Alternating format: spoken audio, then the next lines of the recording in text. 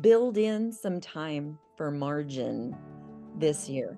Days, full days where potentially the student doesn't have to do any schoolwork, but can just be, maybe they have a part-time. Welcome as people are coming in. It's so fun to see in the chat box there where you're all from. Lots of folks from Tennessee for sure, and Texas and South Africa. This is so great. So all of you hopefully are anticipating a solid senior year. Maybe you have graduating seniors. Um, I know the burning question on everyone's mind, wherever you are, is will my senior be ready to graduate? So that's what I'm going to help you answer on your own today, just to help everybody going into the year have peace of mind so that no one falls through the cracks. Absolutely. So as you have questions, if you want to type those, that's great. We'll revisit at the end of the year. But I want to also just throw out there for those of you who are in Tennessee, in particular, especially if you're, anticipating college applications and you really need to be able to hit the ground running this year. If you need help, my email is Mona, MONA at homelifeacademy.com. Rebecca is also here. Lonnie, Marta, we're always happy to help. For out of state, outside of the range of Home Life Academy in terms of, having that strict requirement for an umbrella school. If you are in another state, Florida, for sure, Laura, you can email her, or anyway, Lacey, if you're in Texas, I see a couple of you. Great. Keep those names in mind and just email us directly. We're happy to help. So I'm just going to jump in though, and trying to keep a global even, but certainly big picture for wherever you are and whatever situation you're in, whether you're doing a regular, pretty predictable 4-year high school plan for your student, or if you're doing a 5-year plan, or maybe you're doing a really intensive adjusted 3-year plan and your student is doing 11th grade in the fall and 12th grade in the spring. Any of those scenarios are fine with Home Life Academy. We can certainly accommodate that on the final transcript. And what we're going to be touching base about today can apply to anyone in whatever your situation is. So just jump right in with me. You won't see me a lot because I'm going to share my screen and go to kind of a sample senior for what you're going to be seeing. So I'm going to do that now. And hopefully you'll be able to see easily in Apple Core, where hopefully you're familiar. Unless you have a new student and are completely new to Home Life Academy, you should be able to see or you're familiar with Apple Core, where we post grades for students. And so here we have our favorites, Frodo, who's well known to all of us, and he's graduating this year. So we're going to take a look at, click on this, view report grades in Apple Core.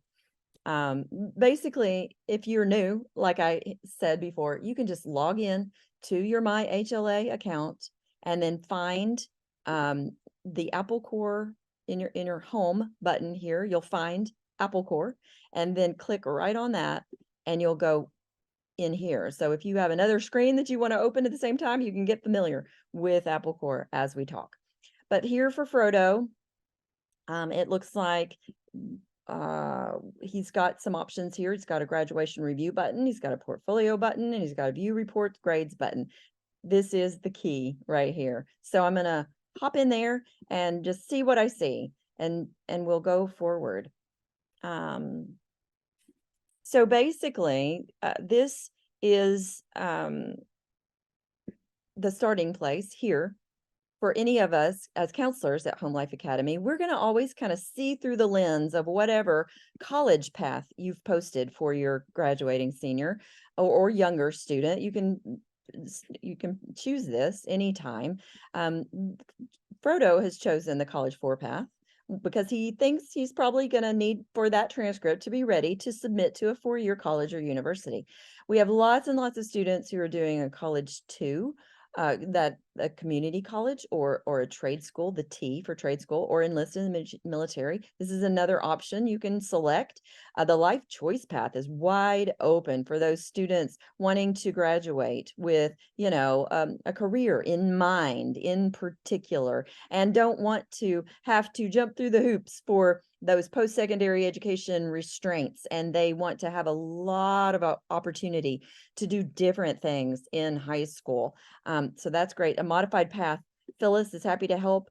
This is designed for students seeking very, very standard diploma that includes some modified coursework where they may have some learning disabilities or some pretty restrictive health issues or something like that, in order to choose a modified path for going forward for them. So any of these are options. The uncertain path, if you'd like to talk to a counselor to discuss options for your student, we are happy to help.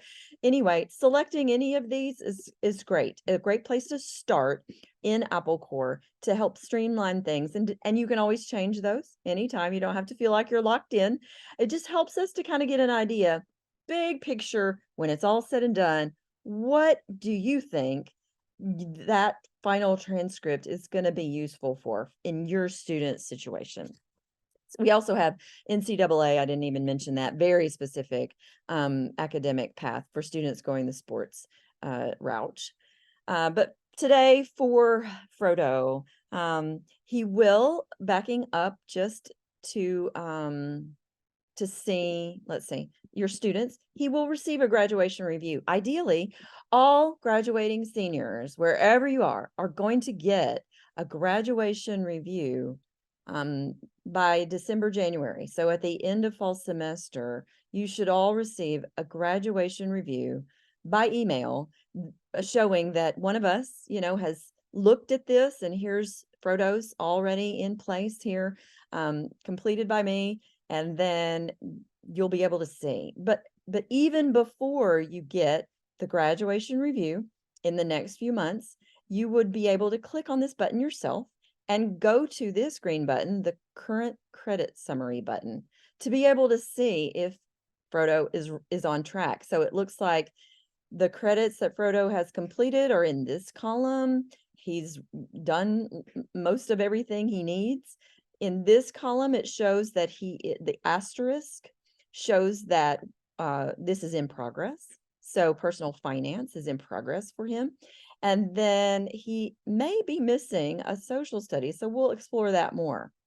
But you can also, hopefully, like I was saying, by the end of December, January, you'll have access to counselor comments, which will be a much more specific approach.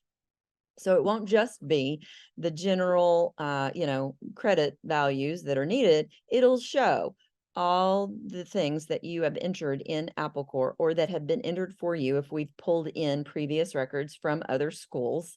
Those will also be in Apple Core for your student, and they will show up in this credit summary and on the graduation review. So Frodo has finished English 9 and 10, and here are the credit values there. And then here's a magical comment right here from the counselor.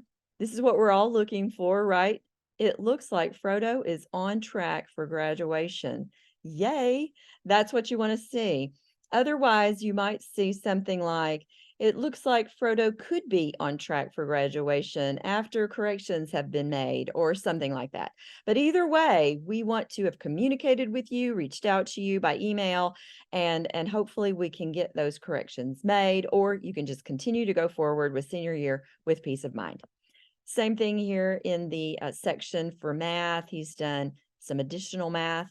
The TX right here and the DE, the dual enrollment, that means he's taken a college class. That's so great. And then the TX means it's been transferred in, and it's there ready, and we've confirmed with a college that that has been completed. Those are all just little indicators to give you peace of mind that everything is on track. Until we get to the science section, it looks like there's some action needed. And so you would want to take a look at this with a little bit more, in mind for wrapping up some corrections that might be needed before we can issue the final transcript or the diploma. So here's the note. physical science course title may need to be renamed in Apple Core to avoid duplicate confusion. So here it is. Physical science, it looks like, was completed in the 9th grade, but then a duplicate course title was added in the 12th grade. So we want to check that out in Apple Core and address that or make corrections for that before anything is done. Glancing down, it also looks like here, for US history, it's completed, but missing a credit value in Apple Core. So the credit value looks like it's missing there. And this note from the counselor that US history in the 9th grade is also missing. So we want to take a look at that as well. So, and then scrolling on down, personal finance is in progress, needs a final grade. To the final section, do be sure that when you receive the graduation review or when you're looking at it in Apple Core, you go all the way down because there are going to be some additional helpful information posted for you there at the end.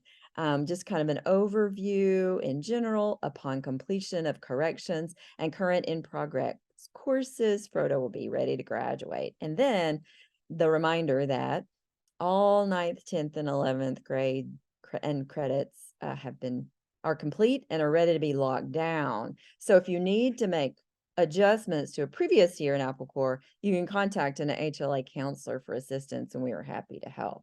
Then there will be a link to the 12th grade checklist, and there will be here in this section, there will be a reminder of how to request a diploma. At the end of the year, when you're ready, Home Life Academy will not automatically issue a transcript or a diploma at the end of the year. That's up to you. We will not graduate your student before you're ready for them to be graduated. So you can click on this link and go to the page where it will show you, like if I were to click on this 12th grade checklist, it will take me to the Home Life Academy website where I'll see the 12th grade timeline. And this in general can apply to all 12th graders, whether they're doing the College 4 path or whether they're in, any global or out of state, any of the states, Florida, other states. You can all use this as kind of a starting place and a link for the transcript review overview, the planning sheets, lots of helpful links on the Home Life Academy website. So, and then that'll be handy there for you right there in your graduation review. So you'll always know if it's midnight and you're having a panic moment, you'll be able to find everything you need as a reminder for what needs to be done. There are also some helpful links at the very, very bottom of the review. And so super helpful. Hopefully you will take the time, even if you don't read all the review and all the counselor comments in one sitting, hopefully you will over time take time to review some of that and just have peace of mind that you've, looked at everything.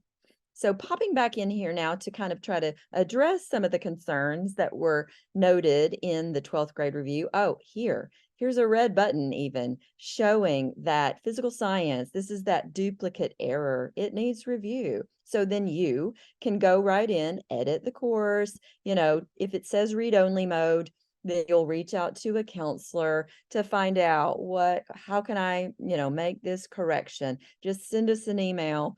Or go into your home button here, set up a counselor, create a request right here. In the drop-down menu, you'll see counselor. You can just put in that you need help, type in your comment that you need help and then send that request to us, and we'll see what you're trying to do and that you're trying to, resolve things, but you're just not sure exactly where to go, where to get help. You'd like some help with that. Otherwise, so this is where sometimes you'll encounter the locked button. This means that everything is in good shape and no corrections should be needed. So no worries there. This is just a leftover in-office note in the account that Frodo was missing a final grade for personal finance, and that is to be resolved in another section. This kind of thing, if it says action needed or if it says on track for graduation, those are the kinds of things that you're going to be looking for, but they're private. They're not going to show up on the final transcript. No one else will ever see these kinds of notes. They're just counselor notes between you and us, and no worries there. And then when those things are resolved, we'll just go ahead and we'll delete that on our end, and you won't have to have it there as a reminder. No worries. So here for I've left this intentionally unlocked since the final grade for personal finance was noted on the review as missing. You'll be able to go in there and just click on that button, the edit course, put in the final grade, and everything is good to go. For US history, same thing. You should be able to, it's unlocked here. So you should be able to click edit course, put in the final grades or any, things, and then just send a quick email to let us know this has been resolved, it's been fixed, all is well. And we're happy to remove those red buttons even, so you don't have to revisit those again or be confused in future. So far so good as far as Frodo goes. This hopefully will apply to just about anyone with a graduating senior. In Frodo's case, he is doing a 5-year plan, and I can tell that because he has a 12th grade listed for the 22-23 school year, as well as the 23-24 school year. And so that's been a great option, especially for students who have had an unusual situation or have had some, just confusing things, some stops and starts along the way during the pandemic years or whatever. Just maybe you need an extra year to finish things up. This has been a good fit for many, many, many students, and colleges haven't pushed back to express concern about why it took 5 years to get through high school or an extra just one semester. It's been generally well received, so no worries there. One thing that I do like to point out to families in general, a good way to show that your student is doing the 5-year plan and splitting things up potentially over the 12th grade years or that additional semester is for English 12 here. So it's split over 2 years so that it's a quarter credit in the fall and a quarter credit in the spring. So that's a total of half credit for the 22-23 school year. So it's going to be finished up and for Frodo in, fall semester. He will have finished this up, and I'm pretending that it's already December. So he's already finished up the remainder of English 12. There's that half credit and that final grade in for him. So that's a good, just general rule of thumb. But other students will have finished English 12 potentially in that first 12th grade year, and they're just doing dual enrollment. They're doing college classes during the 12th grade year. That's absolutely fine too. You wouldn't put in that case English 12 again. You would just list the dual enrollment classes that your student is taking and go forward that way.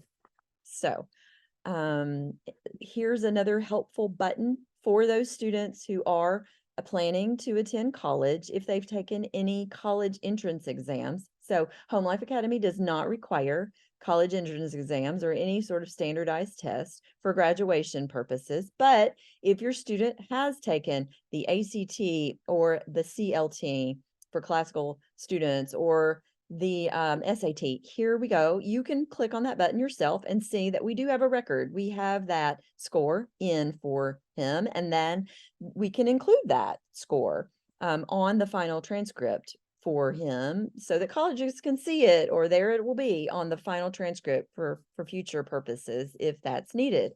If you're not wanting to include the ACT score, whatever it was, or the SAT or whatever, you can let us know that too. We will routinely include the highest score for graduating seniors, but if you don't want that entered, into the final transcript, you can just let us know. Just send us an email and let us know. We can make a note of that in your account, or when you request the final diploma and transcript to be sent, you can just remind us in your request that you don't want the ACTs to be printed on the final transcript, and we're happy to to make that note as well. The summary button is also helpful for some families when they just want to see a quick overview of how many credits are earned, what the weighted GPA is, unweighted GPA, those kinds of things. Normally that is just for those students who are applying to colleges. And that's just another variation of what can be available and what could be included on the final transcript if you need it. So anyway, those are the main things to look for. Certainly if everything looks good, everything looks like it's right on track, there are no recommendations for corrections to be made from a counselor, but you, let's say, happen to see, oh dear, there's an error here, I'm seeing it as a parent, and this gives me concern. There shouldn't be, for this dual enrollment class that he took, that should have already been verified from the official transcript from the college. But maybe you see something that you realize last year you entered it in wrong, and this is causing some distress.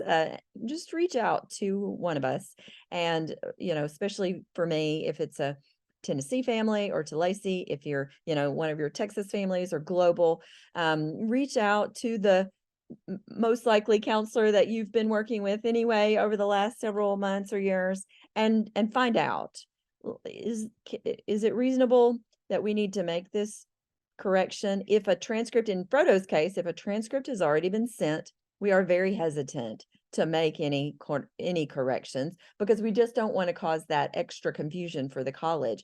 But if no transcript has ever been sent anywhere, and that this was an oversight or an error on your part, and you just want to make that change, please just let us know, and we're happy to work with you on that. We've got your back, and so no worries there.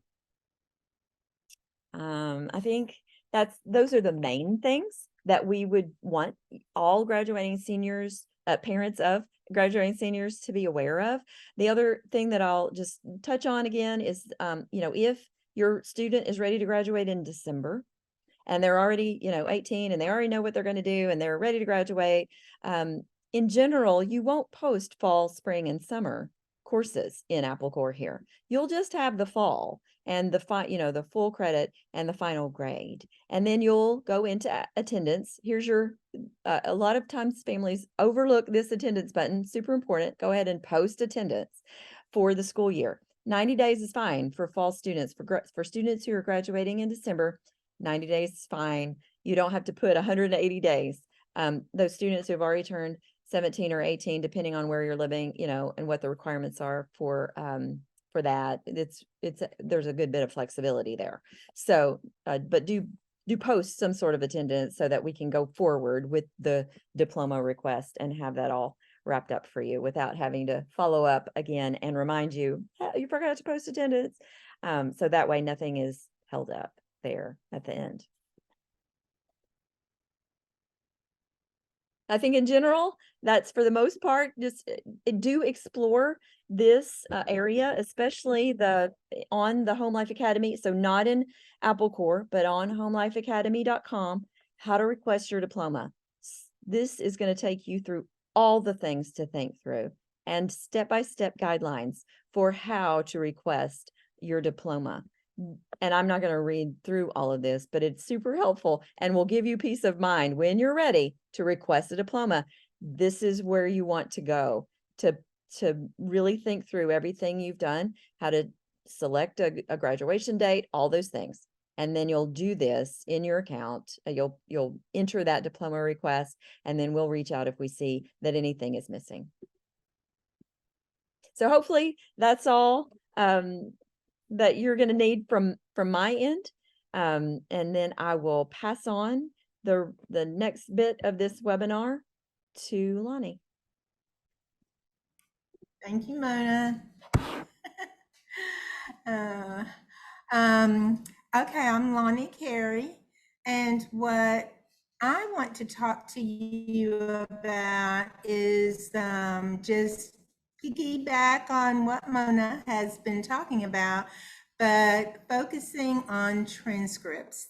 So how do we make our transcripts not just not have glaring errors, or omissions or things like that. But let's talk about how your transcript is really going to look the best. So we want to arm our parents just with some insight of the way that we look at transcripts and the way that a college might look at your student's transcript, or an employer, or anyone, because not all of our kids go to college, and that's fine. So we just want to look at maybe some ways you could look at the transcript and know how to tweak it a little bit, because what we want, like Mona said, we don't want to send out a transcript and then have the mom be talking to a counselor and say, oh my gosh, I wish I had known about honors. That was an honors class and now I don't have it listed. Can I change that? Or something along those lines. Or, oh my gosh, my student did dance every year and that's what she wants to do in college or sports or whatever. It might be video editing, it could be anything. But the moms, come back so many times. It's not that there's errors on the transcript, it's fine, but maybe it's not best. And the parents, lots of times, they don't even see these things until their student is filling out college applications. And then they start asking, well, how many honors classes have they taken? How many AP, how many DE, do they, all these things, what is their weighted GPA? And then the parents, start freaking out a little bit, going, I didn't know about all that. So we're going to look at a transcript, and hopefully this will go very smoothly on my laptop that I had to change to at the last minute. Oh my word. So I'm going to share my screen and we're going to look at a transcript that looks good, but let's see how we can make it look a little bit better before we ever send it out. Okay, so we're going to look at Margie. So these are my little students that I use, not Frodo, but our little imaginary students. And let's look at her transcript. So she, like Mona said, she selected her path and we can tell she's going to a 4-year college. All right, so she's going to be applying to colleges. We're going to be sending out transcripts.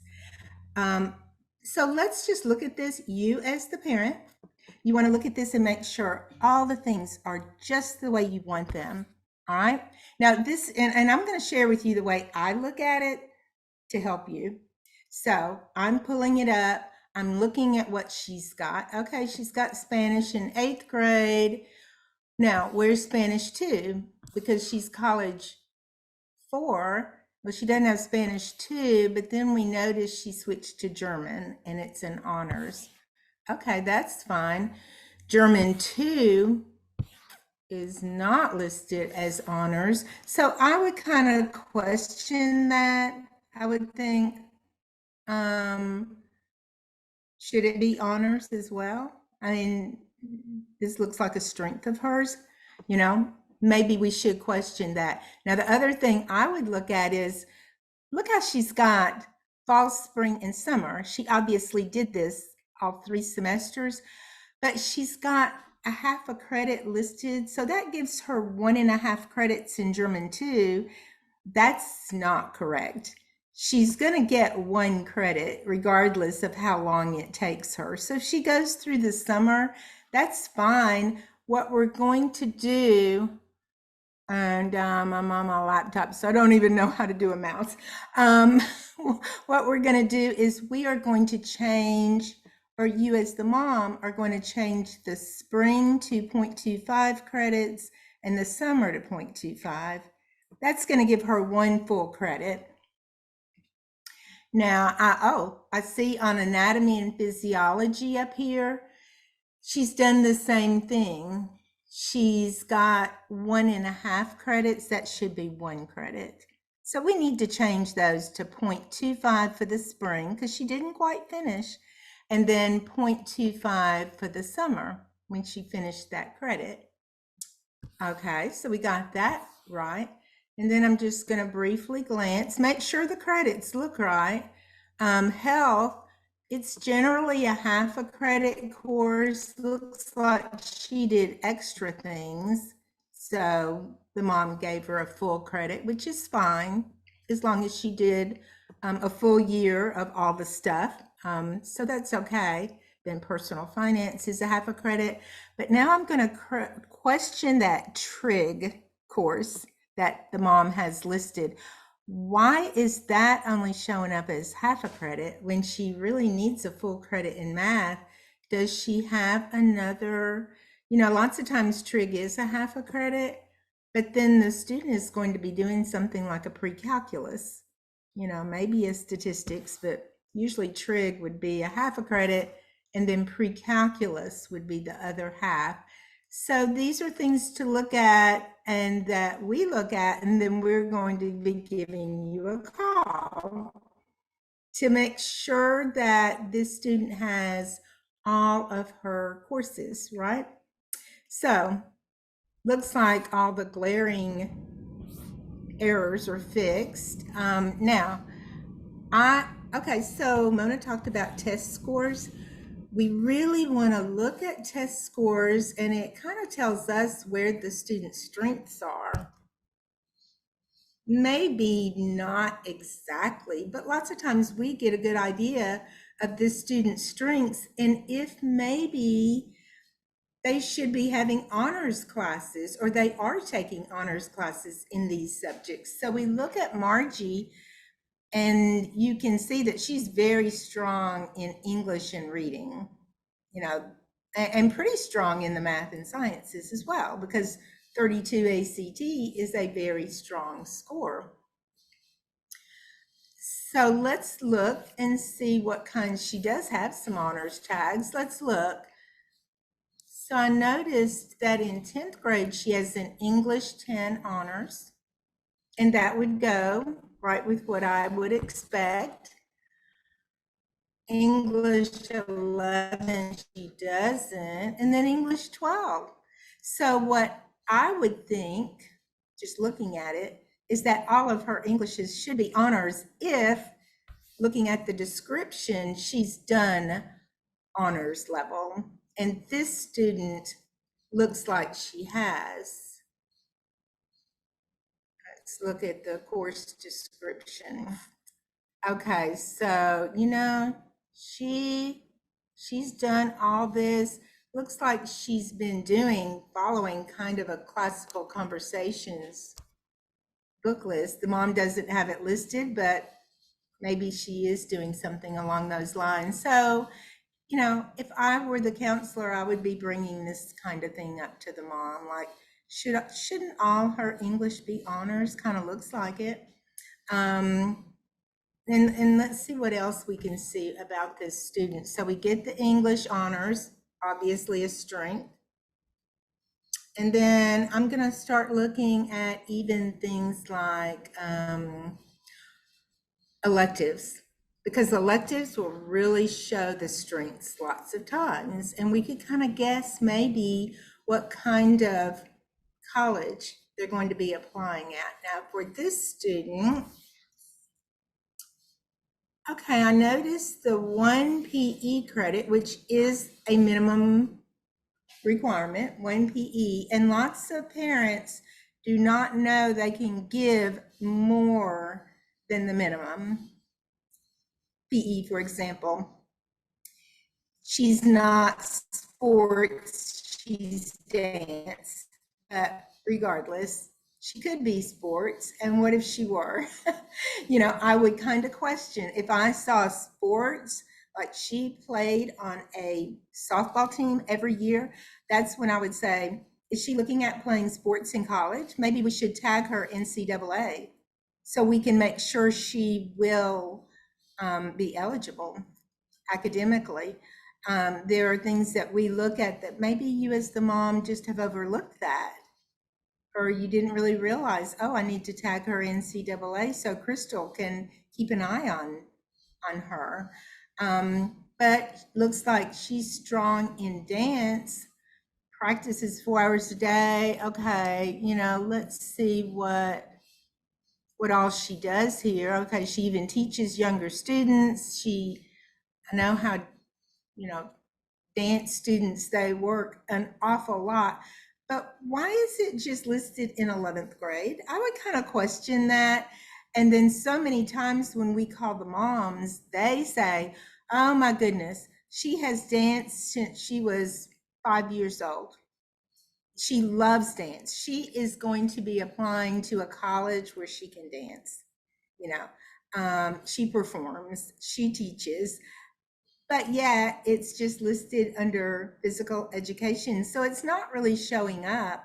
Now, Rebecca is going to be talking about portfolios more, so I'm not going to really delve into that a lot, but I will just mention that whenever there's something like this, that is definitely going to go in her portfolio. However, many times, in fact, most of the time, what the college sees is the transcript. That is first and foremost. And you know that saying about you can only make a first impression once. You want to make a good impression the first time. And so what I would do is I would tag that as PE, and we've got options like this, PE dance. And you can even be more specific. And if she dances like this every year, I would list it every year. That way we don't have to wonder, well, did she just quit? Colleges are going to look at it and go, oh, we've got a really strong area where we want this student and she can be in our productions, and oh my goodness, but they're not going to see that. They're not going to know that until maybe Rebecca writes a recommendation letter or they send a portfolio or something. But when they first see this student, you want the transcript to grab their attention to where they automatically can see the strengths and go, you know what? She's got high ACT scores. We want this student. And she dances, she does all this. Okay, so we definitely would want the PE dance showing every year.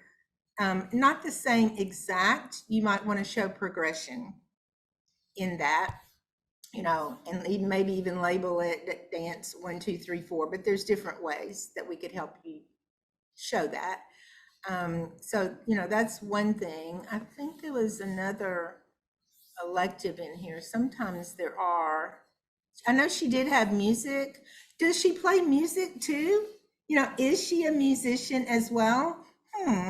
We don't want any questions when someone looks at the transcript. We don't want someone to go, well, she had music, piano in 9th grade. Is that the only year she took it? I would wonder that. No, you talk to the mom and she's like, no, she's also been playing piano since she was 5, and she plays in recitals and she plays everywhere. Well, you would want that showing up on the transcript. You don't just have to put the very minimum in there. In other words, now, this is different than what they call padding a transcript. We don't want just extraneous things in there. We wouldn't want study skills, for example, which she doesn't have. You look at the test scores, you can tell this child knows how to study. We wouldn't want some things in there. You wouldn't really want community service unless it's required by the college, which every now and then it is. But you would want things like that to go in the portfolio. But these kinds of things that show the strengths of the student, let's put them on the transcript, okay? So they are definitely showing up. Now, one more thing I want to cover before I let Rebecca get into more depth about this is, so we talked about adding the honors tags, which the parents can do as long as in the description you tell us why this is honors. So in other words, if you were going to tag that anatomy and physiology with the lab after you correct the credits, if you wanted to tag that as an honors, you wouldn't just list apologia. You would say Apologia plus, extra labs, field trips, all this stuff, the online video course, it could be. So we're going to expect to see extra resources if it's tagged as honors. And then we can look at it and have no questions and go, this is definitely an honors course. Okay, so then your students applying to colleges, it's time to request a transcript. What do you do if the student is not applying through Common Application, which Rebecca is going to get into? You're going to request them to be sent to colleges. You're not going to double request them, in other words. So how do you want it sent? Well, if there's a lot of honors, if there's dual enrollment, which Margie doesn't have dual enrollment, but honors, AP, a little bit harder to take AP, but lots of our kids do. They take the AP exams, send us the scores, just like dual enrollment. We need those scores. And so all of those are going to weight the GPA on a 5-point scale instead of a 4-point scale. So in other words, an A is going to be 5 points, and we can see all this, but the unweighted and weighted GPA is up here. Now her weighted GPA is not above a 4.0. So for Margie, it's really not going to be crucial or even probably make a difference if we send the weighted. We probably wouldn't. But say she does all kinds of honors, she might even do some dual enrollment and different things, and we look at that and her weighted GPA is a 4.1, okay? If your weighted GPA is above a 4.0, but the unweighted is under, I would request it with a weighted, because you know what? Lots of scholarships do go by the weighted as well as the unweighted. So if they see that, then colleges can see that, oh, they would apply for a presidential scholarship, or whatever it is. So it would make a difference if the weighted were above a 4.0, and you would want to request that. You can also request class rank be put on the transcript. So this student, because we rank according to ACT, CLT, and SAT scores, this student is going to have a very high class rank. High ACT scores, high class rank. So that might be something that you would want on the transcript. Now remember, we're not going to put any of this on the transcript unless you request it. We'll put the highest ACT score, but what if you know that this college super scores? We can send the super score. We can send all the ACTs that have the highest sub scores, so that right off the bat, all in one document. We want to make things so easy for these college admissions counselors. We don't want them to get your transcript and then have to piece it together with everything else in your file, which they can do, but they might miss something. We want it all there. So we want all the highest ACT, SAT, CLT scores on there, so that this college can go, oh my goodness, we want this student. That's our goal. Because if they want your student, they're going to be offering them the top scholarships so that they can go to their college. It all really boils down to, can the student afford to go to this college? And if our students really shine, then the colleges are going to want them. And if they want your student, guess what? They know they're going to have to offer them really top scholarships so they can afford to go there. So these are the things that we think about in,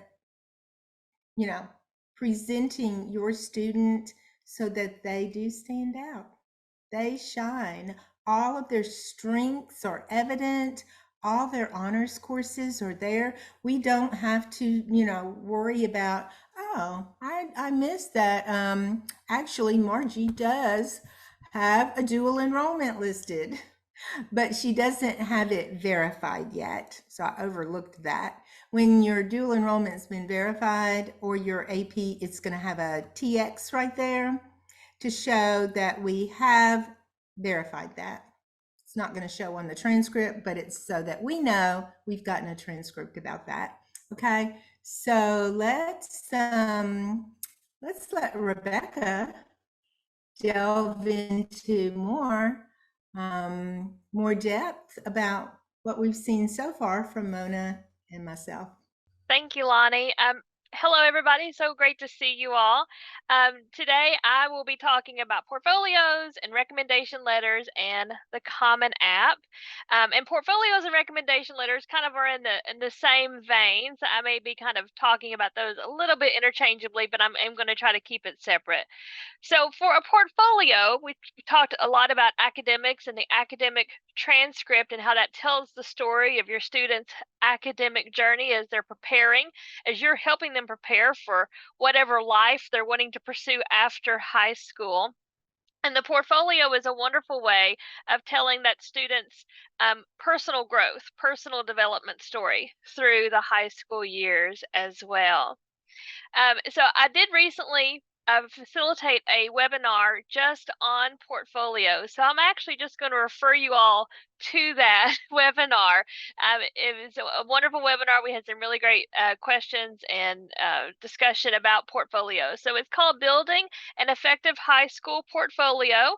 If you go to Home Life Academy's YouTube channel, you can search for that title. It'll take you to it.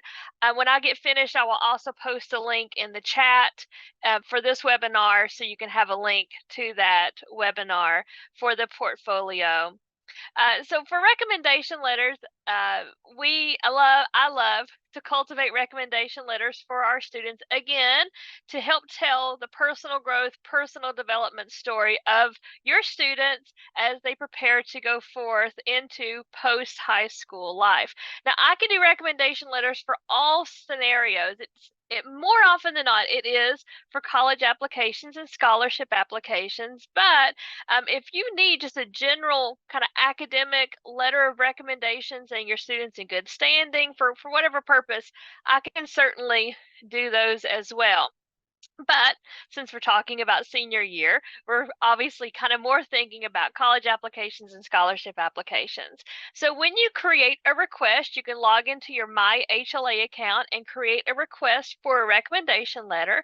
And when I get those requests, I will send you an email telling you exactly the kind of information that I'm looking for to help cultivate the best recommendation letter for your students. So what I'm looking for is what their future goals are, maybe what they're wanting to major in college, their future career aspirations, what they've been doing to kind of prepare themselves for those future goals that they have set for themselves, any volunteer efforts they've been involved in, leadership opportunities they have been able to take advantage of, any kind of consistent service, consistent activity they've been involved in, whether it's a musical pursuit, an artistic pursuit, a sports pursuit, or if it's being involved in their church, in community service activities. That's kind of what we're really looking for, is what makes your student the unique, creative, gifted student that they are in their own way. So some parents will send me these really wonderfully cultivated letters. Other parents will send me bullet points. I'm happy one way or the other. I really like bullet points. That way it takes the stress off the parent, right? There's not that kind of buildup of, oh my gosh, I have to create the perfect recommendation letter, because you don't.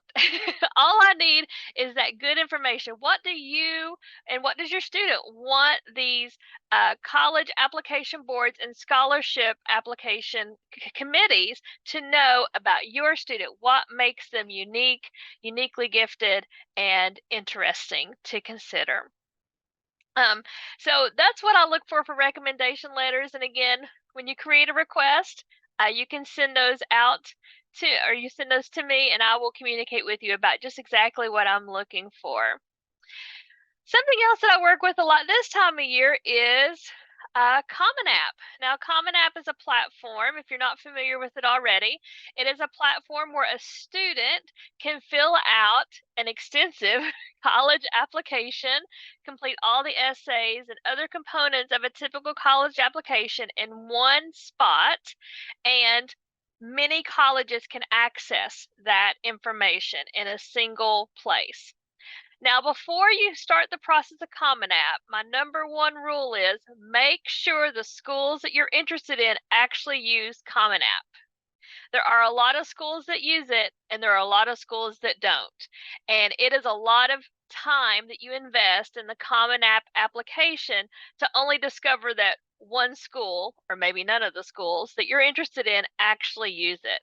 So if it's just one school, you probably be better just to go directly through the school's direct application process and utilizing Common App. But if there are many schools that you're interested in that utilize Common App, it is an effective platform for that. So when you go through the Common App application process, you can just add me, Rebecca, as your counselor on Common App, and make sure you list Home Life Academy as your high school. By doing both of those things, that will ensure that we, Home Life Academy, can provide full support to your student on the Common App. And that does include uploading what's called a school report, which includes like their GPA, their rank, any test scores, and that also includes their transcripts. So when you go through that process, that eliminates the need of you having to request all of these transcripts being sent to all of these different colleges. Because if you have 5 colleges that your student has chosen on Common App that they want to apply to, once that's uploaded to Common App, those colleges will have access to that report and they will download it directly from Common App. And that's all that you have to do. Again, streamlining the process. My email is Rebecca. It's REBECCA at homelifeacademy.com. Very straightforward. It has been posted in the chat along with the email addresses of Lonnie, Marta, and Mona as well. But you can always reach out to me with any questions that you have about portfolios, recommendation letters, or Common App, and I'm always happy to answer your questions. I am now going to turn it over to Marta so that she can take the last section, and I will hop back on and look at our Q&As that we have. And when Marta gets finished, we're actually going to have a short kind of general Q&A session that will be open to all of our counselors. So if you have questions, please be sure to post them in the Q&A box at the bottom so that we make sure we don't miss any. Marta? All right. Thanks, Rebecca and Lonnie and Mona. It's been a good time together with you all. I'm excited for you and just want to encourage you today. Congratulations. You're here. You're at that thing you never thought would come, the senior year. And I'm actually with you because I have a senior this year too. So I know the emotions and the planning and the excitement and the fears and all the pieces that come together in that senior year. So just know that we're walking this with you. And if you need us, if you want to call for any kind of questions, ask for a counselor, and we're here to help you. I'm going to kind of do a little bit of a hodgepodge of things that we haven't covered that are maybe not as many people are going through them, but just so you know some information, and you can always reach out for more specific information later. So not all of the students are going to be going to college, and I think Mona started us off by saying that. And so sometimes your focus might be different. And actually, a pretty significant percent of our students may not be going to college. So don't feel alone in that. Rejoice in whatever path it is that your student is pursuing. And even if they don't know for sure yet, that's pretty common too. So don't be too stressed out about that. God guides and his timing. You know, as a homeschool mom, I can think back over my children and how they learned to read differently, and their timing was so different. And that can happen with post-high school kind of planning as well. Some kids know from early on what they're going to do, and others, some people in their 50s don't know what they really want to be. So don't be too panicked about that piece. Some of the other things you might be navigating right now, maybe trade school. Trade schools are different in different states. In Tennessee, we have the TCAT trade schools that are the most common ones that you'll hear about. Trade schools are a little bit different process, but you may need to have the same kind of things. You may need a transcript. You may need forms from us. We're here to help. We do trade school things all the time, so reach out. Again, I know not everybody on the call is from Tennessee, but in Tennessee, some people don't realize that the Tennessee Promise scholarship will cover a TCAT trade school. So keep that in mind. The deadline's coming up here on November 1st. If you have questions, holler out.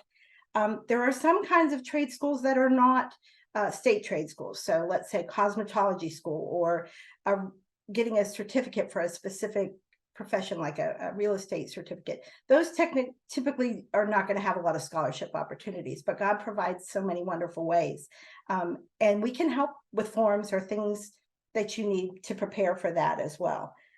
Other things that come up and that are super interesting for me to hear about are families that have a family business, and your students rolling right along in the family business. They've been working it all along.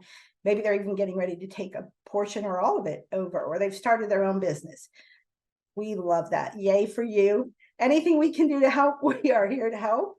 But you may not need a lot of forms and things. Maybe the main thing you're going to need is the diploma. You still want to do kind of some of the things that Mona and Lonnie covered, because you never know when they might need their transcript. They may not, but they may sometime in the future. So you want it to tell their high school story well. Discipleship programs and mission trips may be something where you need a letter from Rebecca. So, and those are beautiful opportunities that sometimes come up. So open your thinking, and don't feel like if you're not on the college group that that we don't have ways to help you, because we want to help you too. And we actually love to hear, because then we get to hear all these neat things that our students are doing, and we're so proud of them. So reach out. My name is Marta. You can reach out to me, marta@homelifeacademy.com, but any of our counselors are available to help you. And what's neat is that you'll probably find somebody here at Home Life that has walked a similar path, or has walked through this path with another family. So you say they'll never understand this, or they'll never know. Probably somebody here has, or has a resource to direct you to. And another thing that I wanted to touch on real brief is, I just went to my senior's graduation planning meeting. And so sometimes that's a question that homeschoolers aren't sure about. So just real quick, some homeschool families celebrate at home. They do a party for the family. Some go on a special trip, have a tradition that they do. Some have opportunities with tutorials and with co-ops. However your family chooses to celebrate graduation is the option that you can run with. But if you're new to homeschooling, or if you're new to Tennessee, or new to your state or your area, and you don't have those connections, I just wanted to throw out a couple quick ideas. And this is funny to me, because it's not always important to our students. Some of our moms, some people don't care about a graduation ceremony that much. But if you do, there are options out there for homeschoolers. And so what are those? So in Tennessee, there's a wonderful organization called Tennessee Home Educators Association. Their website is tnhea.org. And they have chapters throughout the state. Each chapter, as far as I still see, each chapter has a graduation ceremony. If you're interested, you can go on the tnhea.org website, look up your county and find your chapter, and reach out to them now, because they're planning now. Typically, you need to check in the fall. If you're in another state and you say, well, I don't have that, and there's some beautiful ceremonies and events that happen, so it can be a good experience. If you're not in Tennessee, go and find your state's homeschool organization. They're a great resource. And most every state has some kind of a state organization. If you need help finding it, you can reach out to Lacey. Lacey, L-A-C-Y @homelifeacademy.com, and she could probably help you find that information. But there's so many opportunities, and sometimes that's a big one.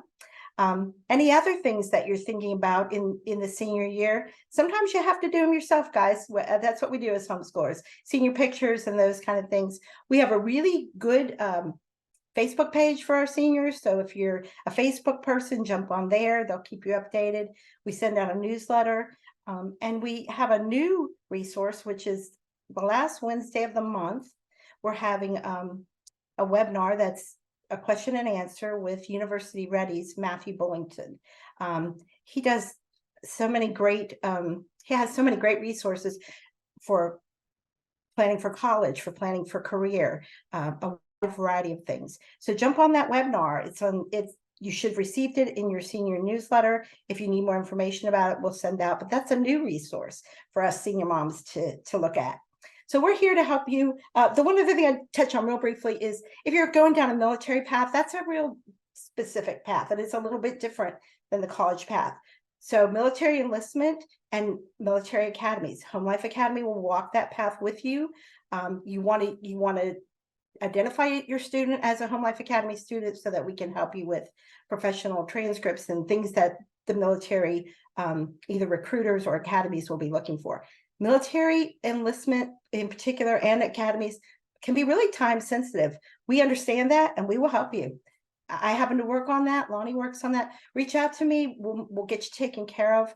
And there are some things to know that'll be helpful. I won't go into lots of details here, but we're here to help with that too. So congratulations, you're almost there. Enjoy the senior year. Build some wonderful memories. I'm a senior mom, so I got to cry every other day or so this year.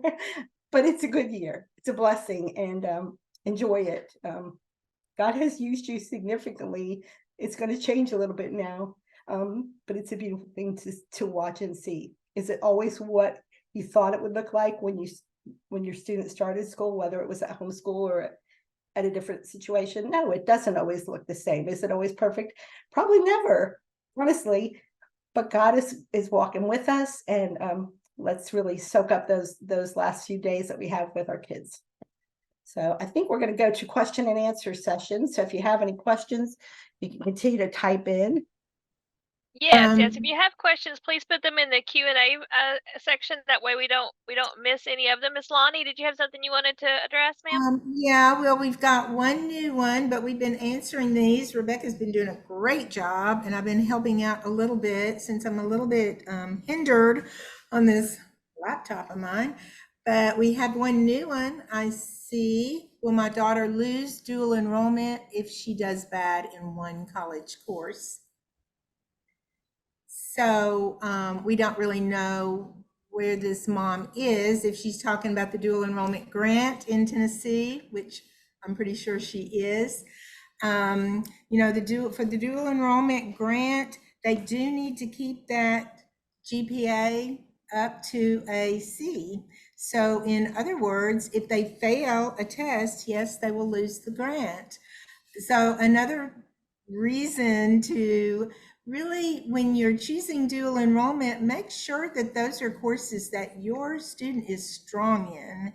We don't want them failing, and we want to make sure our students know on the front end, which my son didn't. I didn't think to tell him that if you're running into problems, you can withdraw by the withdrawal date, and then it's not going to negatively affect anything. But, if they fail those dual enrollment courses, it will negatively impact the grant for sure. It won't affect the GPA for high school that much. 1F is going to be negligible, but that's just something, it's unfortunate, but that does happen sometimes. We got another question, Rebecca. What is a DE grant and how does a student receive one? Who wants to take that? I can do it. You want to type that or Yeah, take it? I could just say the dual enrollment grant is, we're specifically more talking about Tennessee. So if you're in Tennessee, you can actually just Google Tennessee dual enrollment grant, and it'll take you to the official state website that'll have all the information on that. So it's a program in Tennessee funded by the lottery in part to allow high school students who are enrolled in high school to take college courses. And there are some limitations as to how many courses they can take, and some colleges have unique restrictions that they will enforce for that program. But if you, like I said, just go to the state website. Now, if you're not in Tennessee, these programs can vary wildly from state to state. So again, use your favorite search engine and just type dual enrollment grant for wherever you're located, and you may be surprised at what opportunities exist that you were not aware of. But here in Tennessee, we do have an excellent dual enrollment program, the opportunity available for our high school kids. Typically, it's juniors and seniors who participate in that in Tennessee. Again, other states have wider or more strict restrictions as to what students can participate. For Tennessee families, here's a little interesting detail. If you enroll in a college for a dual enrollment course for your student and you don't want to use the dual enrollment grant, or you haven't signed up for it, they're going to reach out to you quite often and quite regularly to make sure. So the college will reach out. The dual enrollment TSAC, which is the group in Tennessee that will be administering it, they will be reaching out. So lots of times. So don't be too worried that you're going to miss it, because they're going to check. Do you want to use it? The financial aid office at the school, lots of communication about the dual enrollment grant. So don't fret too much. It's well organized in Tennessee, and imagine in other states too. But again, I hate to just leave you out if you're from another state. It's a process different in different states, but in Tennessee, they're gonna be looking for you, and they're gonna double check. Did you want to use it? Did you want to use it? Did you want to use it? And they'll keep reaching out. So it's well organized, and they'll contact you if you're worried about that. I'm gonna jump in too. So for Florida, I know that there were a couple of families from Florida in particular on this webinar. You will want to reach out specifically to Laura at homelifeacademy.com. Reach out to find out how it works in Florida, because there are some little exceptions, and a couple of colleges that are a little harder to work with, unfortunately, for homeschool families in the state of Florida. However, many in Tennessee, in general, you're limited to 11th and 12th graders doing dual enrollment. Sometimes that's all, if you're paying for it as a parent, many colleges are going to accept your student. And we've got pros and cons that we'd love to talk about with you in that situation, because younger students in a college, in a college class can often just give you some pause, where you just really want to consider, is the student ready? But also in the state of Florida, they're wide open for any of the ages for students to do dual enrollment at some of the different community colleges and whatnot. And many times in those other states, Alabama, Georgia, all over, Texas, lots of different places, you can do courses in person, or you can do online dual enrollment courses where for the mom, sometimes that gives me peace of mind. I can be there for my student. I can help them navigate some of those tricky situations where there's just some extra learning and extra details that you have to learn to navigate when you're communicating with a professor, or uploading assignments online in an online dual enrollment situation. So again, check out our dual enrollment page at homelifeacademy.com. Just in the search bar, put in dual enrollment, and it'll take you to some really great resources to think through how to approach your particular possibilities for dual enrollment. And then you can better pinpoint what is helpful for your student. All right, we had a couple other questions. I'm going to kind of combine these a little bit for time's sake. So there was a question about withdrawing about halfway through the class. As long as you withdraw from a dual enrollment course, just like any college course, as long as you withdraw before what they call the dead date, the drop dead date, you're fine. You can withdraw, and there's no harm, no foul.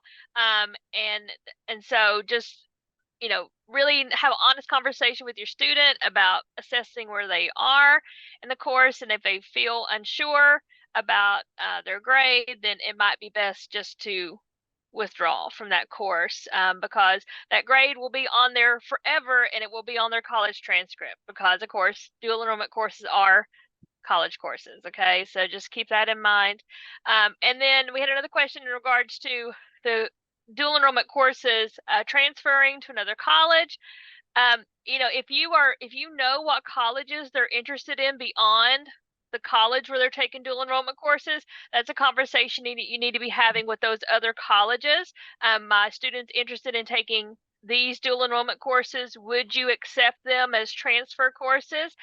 Because well, one of our wonderful counselors, her son took dual enrollment language, a particular foreign language in dual enrollment, and it was wonderful, and he did well in the classes. But when it came to time to go to the college that he ultimately decided he wanted to go to, that college did not accept those particular dual enrollment credits for that particular foreign language. So he learned a lot and he did really well in the class, but it really didn't benefit him credit wise. So if you know where they're looking to go after they officially graduate high school, those are good conversations to have with those schools, just to make sure.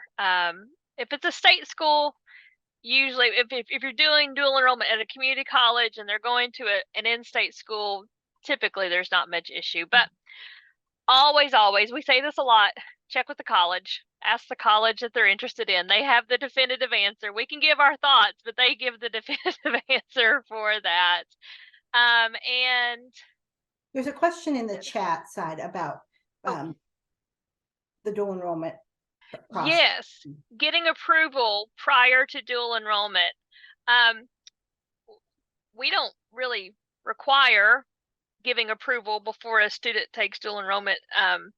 Now, the college that they're wanting to take dual enrollment with will undoubtedly ask for information from Home Life Academy, and we're happy to provide transcripts and any other information that college may need. Yeah, just Rebecca. Yes. So they can actually, because lots of the colleges still do require part of the dual enrollment form to be signed off by, a counselor. And so the mom can actually just upload that through the request manager. You can just upload that dual enrollment form and we can sign off on it. And then you can put a little note, please send to such and such college. Let us know if they want it emailed or sent or however. Usually it's email, along with the transcript, So that's pretty commonplace, and Katie does those all the time. Yes. And we did have a question about deadlines for Tennessee Promise, etc. Oh, this is a discussion we're having a lot right now. Tennessee Promise is November 1st. There's no indication that that's different this year. So you have to apply by November 1st. If you don't apply by November 1st, you miss out on Tennessee Promise in totality. There's no second chances. So even if you're not sure that your student's going to utilize Tennessee Promise, if you're in Tennessee, we encourage you to go ahead and fill out that application, take care of that.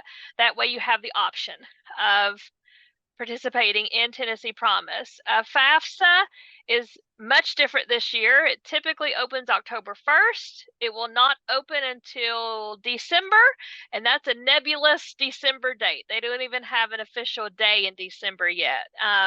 So just keep an eye on the FAFSA website. There are some pretty fundamental changes that are happening this year with FAFSA. You can go to their website. They are slowly starting to release information about how it's going to be different this year. But we're hoping that will open in December.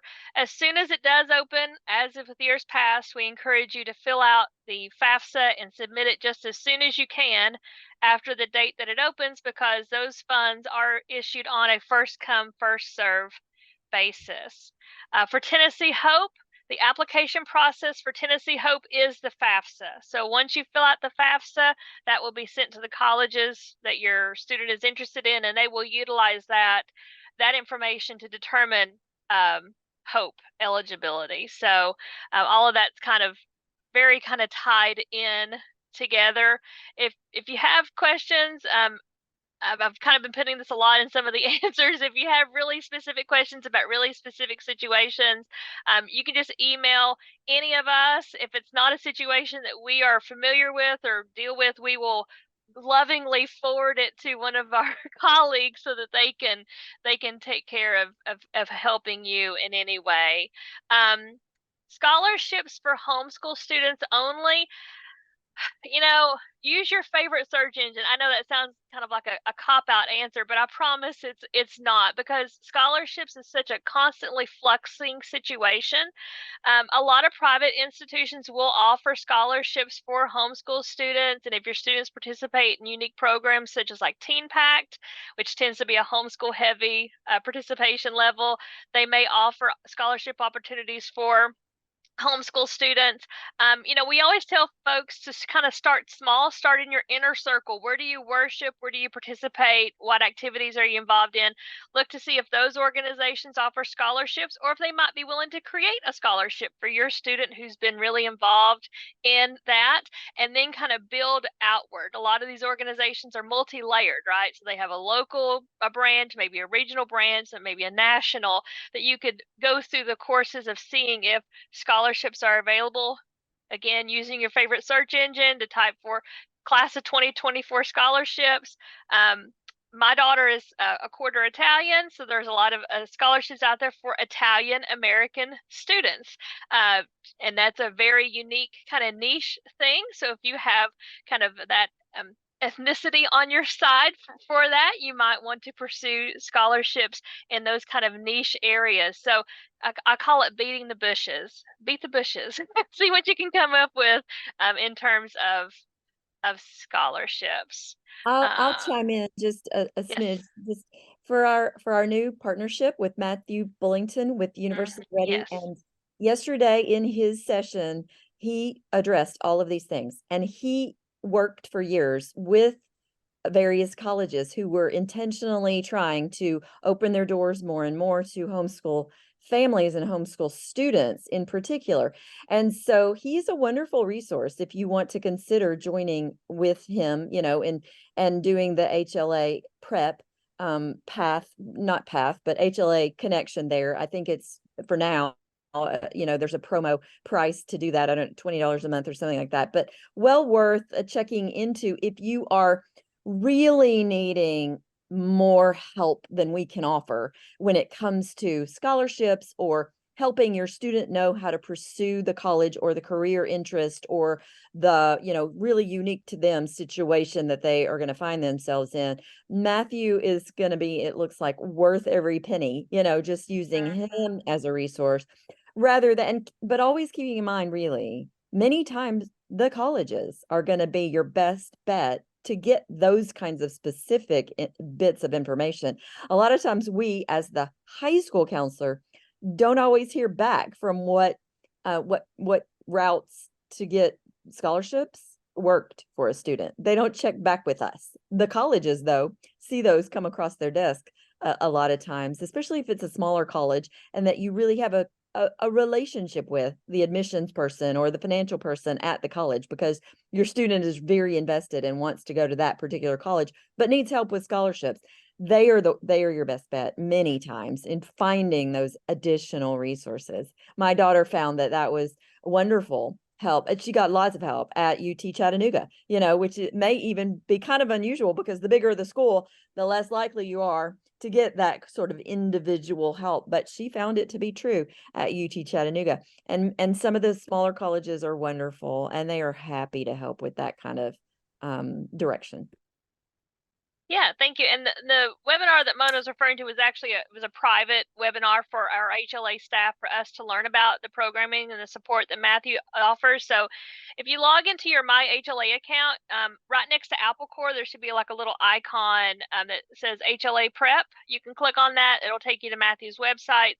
He has HLA Prep, he has University Ready, and you can learn about how to subscribe to take advantage of all of those resources that he has for our families who take advantage. And just to mention that the $20 a month that Mona mentions actually is a HLA exclusive discount. It is for our Home Life Academy families. If you're not a Home Life Academy family, it's closer to like $40 a month to take advantage of his resources. So it's well worth looking into. And if you have any questions about those, you can just call Home Life Academy's main office number or and they can connect you with really detailed information about how to do that, because we're still learning about it ourselves, and we're really excited for the opportunities.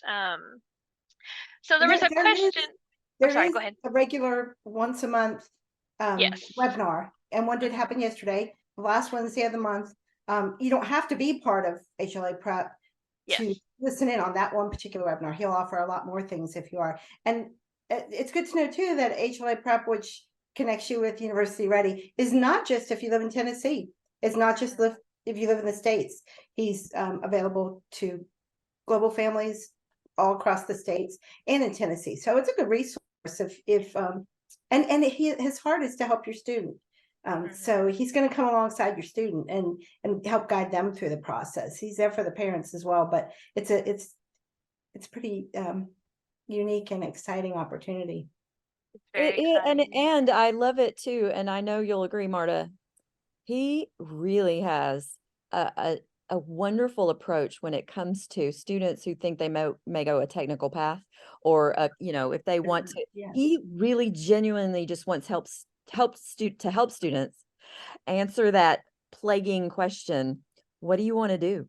What are you going to do? And that just weighs on all of our students. And he, loves to help pinpoint good ways to assess what are your gifts, not what are you missing out on, or what might you fail to do, but if you don't know what you want to do, but what are you good at, and how can he or you help you as the mom even help connect your student with other people in real life, community, or just positions of influence, or jobs that might be a perfect fit for your students and might not need a 4-year degree, or might, just be able to get started in high school. While in high school, they can start that training and that hands-on approach, or create their own thing. Their own uniqueness is what's so beautiful in what comes across from this homeschool dad, and he's done it for years,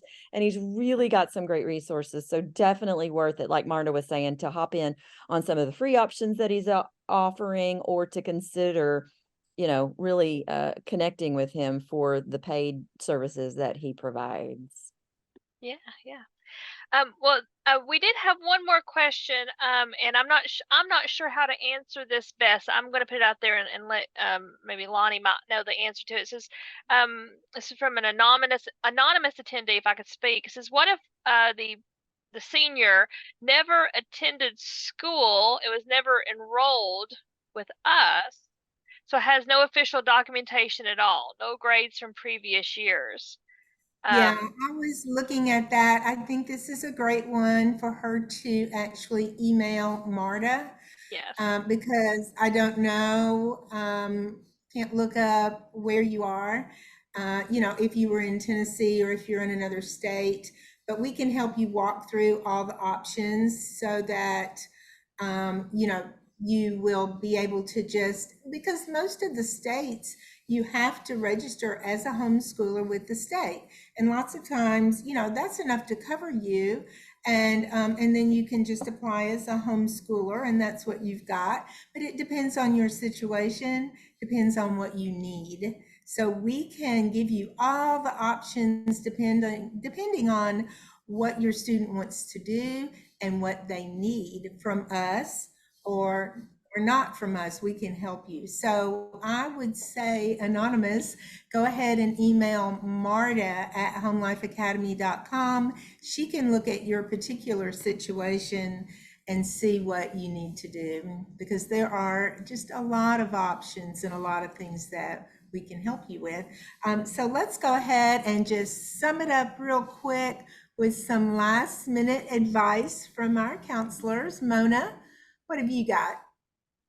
We'll just real quickly give Oh, a last. absolutely. Well, the most freeing and most, like, really helpful conversation that I find that I have with graduating senior moms in particular, but dads too, is to go ahead and use this senior year, whatever that means for your student. You're homeschooling, maybe they're doing dual enrollment, and are kind of locked into a schedule that way or a tutorial or whatever, but you do have a measure of control over the schedule. Build in some time for margin this year. Days, full days where potentially you don't have to do the student doesn't have to do any schoolwork, but can just be, maybe they have a part-time job. Maybe they just want to connect with the family or you want to connect with them.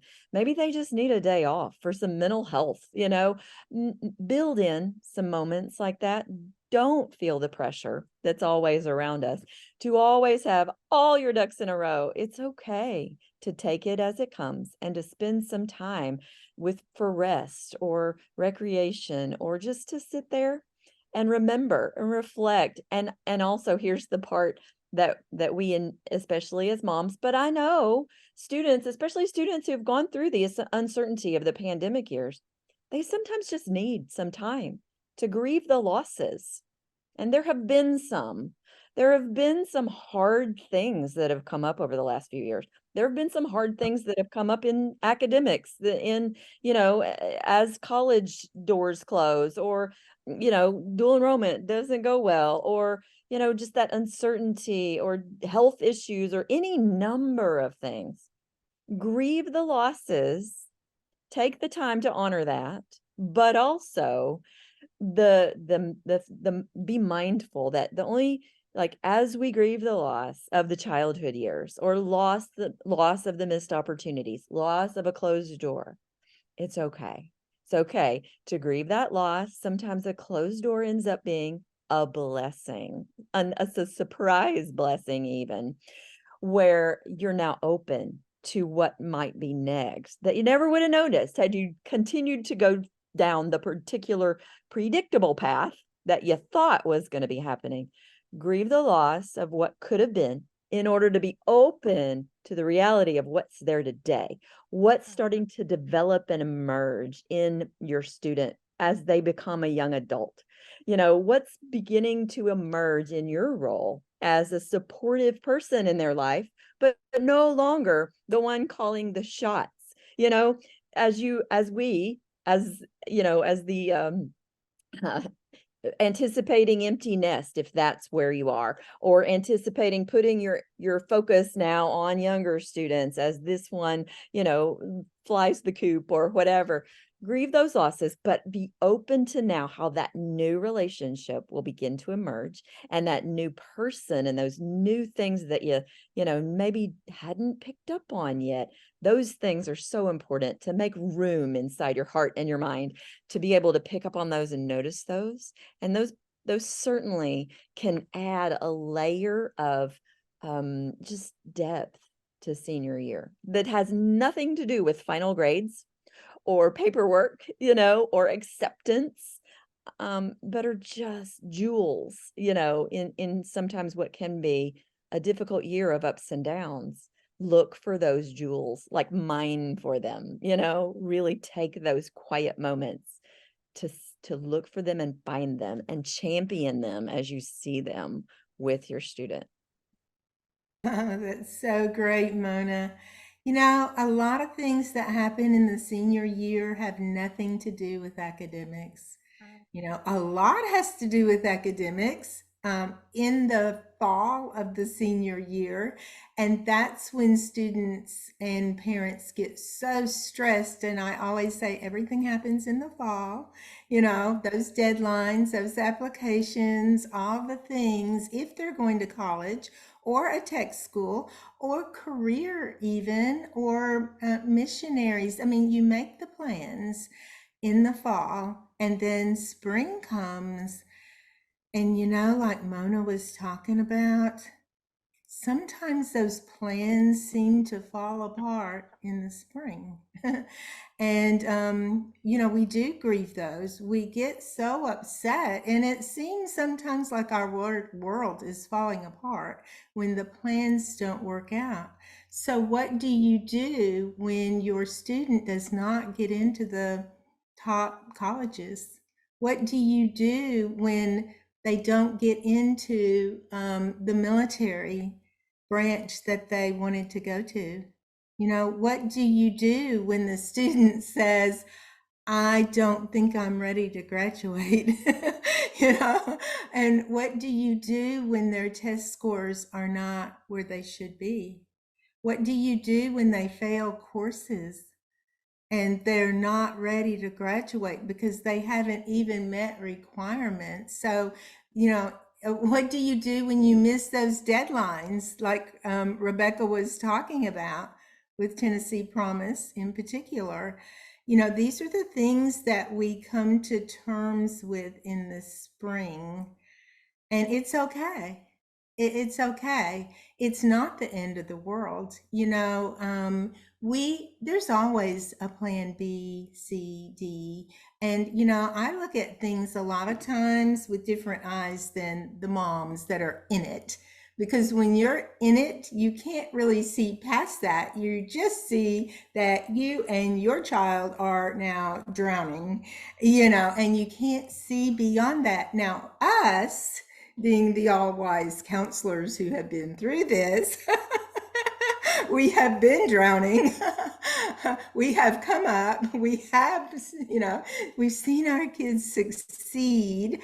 But, you know, I don't think any of us that have grown children who have graduated can say that every single one of them had everything go according to our preconceived plan. Like it just all worked out perfect, no glitches, no tears, no stresses, you know. No, that's not, you know, because we have a plan. But, you know, I look at things differently now. I look at things like, oh, he didn't get into his college, his top 3 colleges, but, you know, maybe that was his plan, or maybe it was your plan. Was that God's plan for him? I mean, if those doors are shut, I look at it like, let's see what God's got open for him. Let's see what doors are going to open now. It might be totally different, but let's go down that path and see the successes down that path.